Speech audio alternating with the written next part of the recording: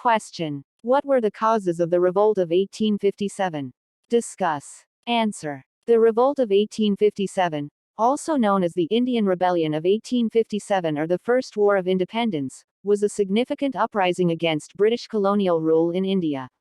The causes of the revolt were complex and multifaceted, stemming from various political, economic, social, and cultural factors.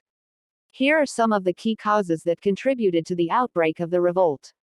1. Sepoy discontent. The revolt was sparked by the discontent among Indian sepoys, Indian soldiers serving in the British East India Company's army, over various issues. The introduction of new Enfield rifles with cartridges rumored to be greased with animal fat, pork and beef, offended both Hindu and Muslim sepoys, as it violated their religious beliefs. This sparked resentment and led to fears of forced religious conversion. 2. Economic exploitation. The British East India Company's policies and economic exploitation played a significant role in fueling the discontent.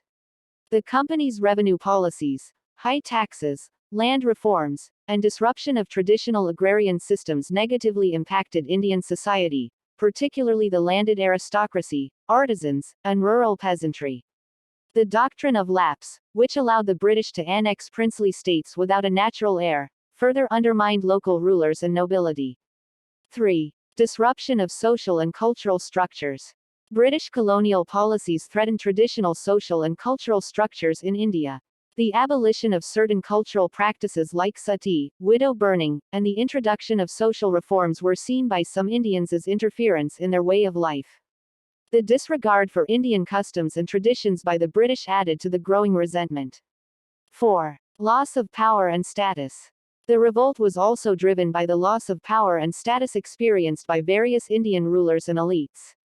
The annexation of the Sikh Empire and the subsequent imposition of direct British control in Punjab, the annexation of Awadh, and the deposition of the last Mughal emperor, Bahadur Shah II, all contributed to the growing dissatisfaction among the Indian ruling class. 5. Nationalistic sentiments. The revolt was characterized by nascent nationalist sentiments among Indian intellectuals and elites.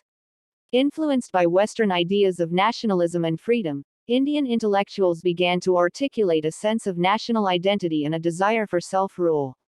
The revolt provided an opportunity to challenge British rule and rally around a common cause. 6. Communication and coordination. The spread of the revolt across different regions of India can be attributed, in part, to the growing interconnectedness and communication networks facilitated by the British themselves. The Indian sepoys, who had been exposed to British military training and communication systems, were able to coordinate their efforts and spread the revolt to various garrisons and cities.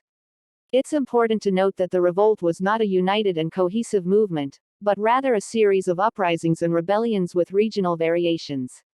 It involved various sections of society, including sepoys, peasants, landlords, artisans, and even some disaffected rulers.